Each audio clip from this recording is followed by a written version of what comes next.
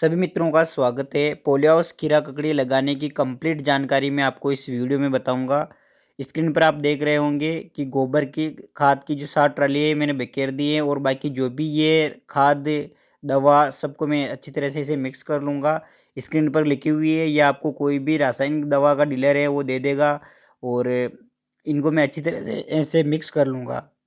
अब मिक्स करने के बाद जो खेत है उसमें रोटावेटर घुमा के अच्छे से जो मिट्टी है इसको मतलब अच्छी हकाई करके जो बड़े-बड़े ये अगड़ होते हैं इनको रोटावेटर के माध्यम से आराम से छोटे-छोटे करके फिर ये जो है बेसल डोज़ बोलते हैं इसे। बेसल डोज़ के अंदर मैंने बता दिया क्या-क्या मिलाना है। इसको मुँह को आप ढक के रखें क्योंकि देखो दवा है और आपके स्वास्थ्य पर बुरा प्रभाव डाल सकता है।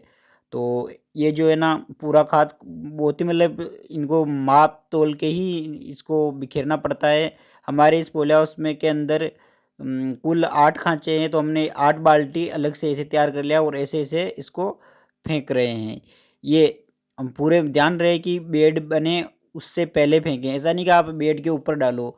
फिर हमने 60 ट्राली खाद इसके अंदर डाल दिया और जो बचा हुआ खाद था वो बेड के ऊपर डाल रहे। बेड नापने का एक यंत्र था, ट्रैक्टर के माध्यम से हमने ये बेड डाली है।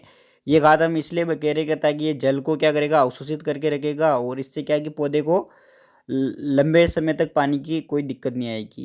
ये हमने बेड बना के नेटाफिम की जो हमारे ये ड्रिप पाइप है बहुत अच्छी कंपनी की है ये। अब ये हम क्या है कि पोल के बीच में भी एक बेड बना रहे हैं जिस पर हम पौधे लगाएंगे। तो ये खाद वगैरह डाल के हमने लगभग पूरी तरह से इसको तैयार कर देता है। अब बाहर से देखते चलो, बाहर से अंदर चलेंगे और अंदर की ओर देखेंगे कि ये कैसा लग रहा है। ये गेट जो ओपन है ये ट्रैक्टर का गेट है। अब देखो ये पॉली हाउस जो है इसमें खीरा के लिए ये भैया जी है जो खाद बेड के ऊपर डाल रहे हैं। ये पाइप डाल दिए, ये पोल के अंदर हमने बेड बना दिए। अब हम इस पे क्या करेंगे, मल्चिंग हमने टप्लेक्स की मंगाई है।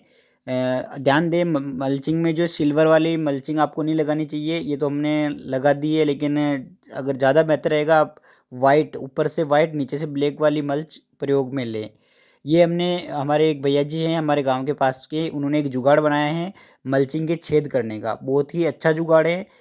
ये मल्चिंग का क्या करेगा, ये यहाँ पे पंखा लगा, ये बैटरी है, इससे वहाँ पे पंखी लगी हुई है छोटी सी वो चलेगी और वो खीरे जो है ना उनको क्या है कि हवा देगी। हवा से आपको पता है ये ऑक्सीजन मिलेगी, जैसे तो आग क्या अच्छी सी जलेगी। तो अब ये क्या है कि ये हवा इसको मिल रही है लगातार, ये खीरे हैं तो ये क्या होगा, ये नीचे वाला लोहा गर्म हो जाएगा और गर्म होगा तो जल्दी क्या हो जाएगा मल्चिंग के छेद हो जाएगी। देखो कितना आसानी से ये जल्दी-जल्दी छेद कर रहा है। मतलब अगर आप ये फंकी नहीं लगाओगे तो आपको काफ़ी टाइम लग जाएगा छेद करने में। ये छेद जो है ना हमने फिक्स माप के किए हैं। 2-2 फीट पे हम लगा रहे हैं 60 सेंटीमीटर, 60 सेंटीमीटर पे हम सबसे ज़्यादा डिस्टेंस दे रहे हैं इस बार एक्सपेरिमेंट के लिए। तो ऐसे आप छेद मल्चिंग बिछा के और उसके क्या कर दोगे, छेद कर दोगे। ये मल्चिंग के छेद करने की एक जुगाड़ है, देसी जुगाड़। छेद बहुत अच्छा करता है, मुझे तो बहुत अच्छा लगा। आपको कैसा लगा आप कमेंट करके ज़रूर बताइए। ये जो मैं छेद कर रहा हूँ पहले से 2-2 फीट पर मैंने एक मार्किंग करके फिर मैं कर रहा हूँ, अंदाज़े अनुमान से नहीं कर रहा हूँ मैं। ये देखो एक मैंने 2 फीट का क्या माप बना के 2-2 फीट पर मैंने एक मार्किंग कर दी और इस मार्किंग के अकॉर्डिंग मैं क्या कर रहा हूँ, अब ये छेद कर रहा हूँ। तो पौधे से पौधे के बीच की दूरी कितनी रखनी है, 60 सेंटीमीटर, और इस बेड पर हम कितने 2 लाइनें लगाएंगे और दोनों लाइनें जिग जेड में लगेगी। अभी पौधे देख कर आप पहचान जाओगे ये मशीन है। ऐसा जुगाड़ आप भी बना सकते हो जिससे क्या होगा आपके जल्दी छेद होंगे। और अगर आप दूसरे तरीके से करते हो तो ये जुगाड़ ज़रूर बना लीजिए आप, ये क्योंकि ये जुगाड़ बहुत अच्छा है। अब जो मैंने बीज लगाया है इसमें वो यूक्सेल कंपनी का कीज F1 लगाया है, क्योंकि ये सर्दी के मौसम में लग सकता है। तो ये बीज है, इसको कैसे लगाना, देखो बीज है ये, इसको ज़्यादा मतलब आपको आधा इंच से ज़्यादा नीचे नहीं रखना है। ये ऐसे रख के इसको ऐसे ढक देना है।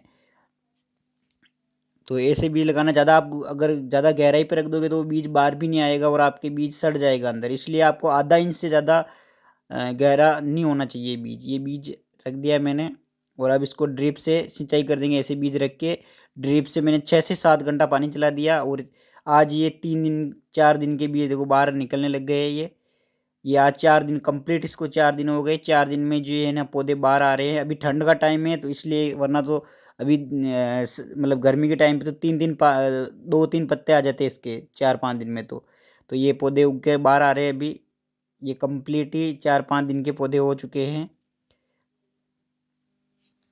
तो हमने बीज क्या कि थोड़ा मतलब ज़्यादा गहराई पे नहीं रखा। अगर ज़्यादा गहराई पे रखोगे तो बीज सड़ने की संभावना रहेगी और उसके वो मतलब बाहर आने की संभावना बहुत कम रहेगी। हमारे इसमें लगभग 95% जर्मिनेशन मतलब अंकुरित हुए और पौधे बाहर आ गए, क्योंकि हमने 1 इंच से बीज को नीचे रखा ही नहीं।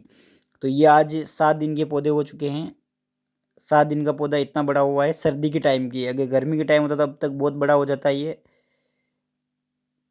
ये हमने कंप्लीटली इसमें सब में देखो कितना सुंदर दिखने में दिखता है। कंप्लीटली इसमें सारी फसल लगा दिए हैं हमने।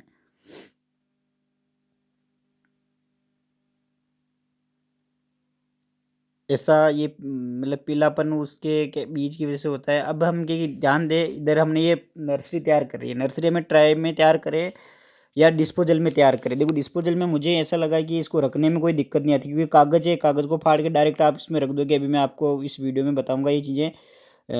उसमें ट्रे में अगर तैयार करते हो तो उसमें कोकोपीट लेना पड़ता है। कोकोपीट में भी और भी बहुत सारा ध्यान रखना पड़ता है। डिस्पोजल के अंदर में ज़्यादा ध्यान रखने की कोई दिक्कत नहीं, बस मिट्टी डाल दो और इसमें क्या इनको पानी पिला दो।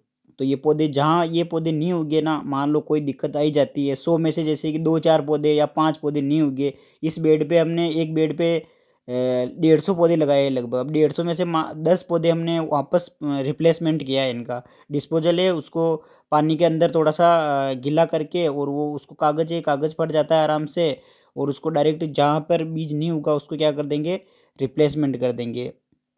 तो ये पौधे हैं, सारे पौधे लगभग लगभग पूरी तरह से उग गए, ये हो गए हैं कंप्लीट।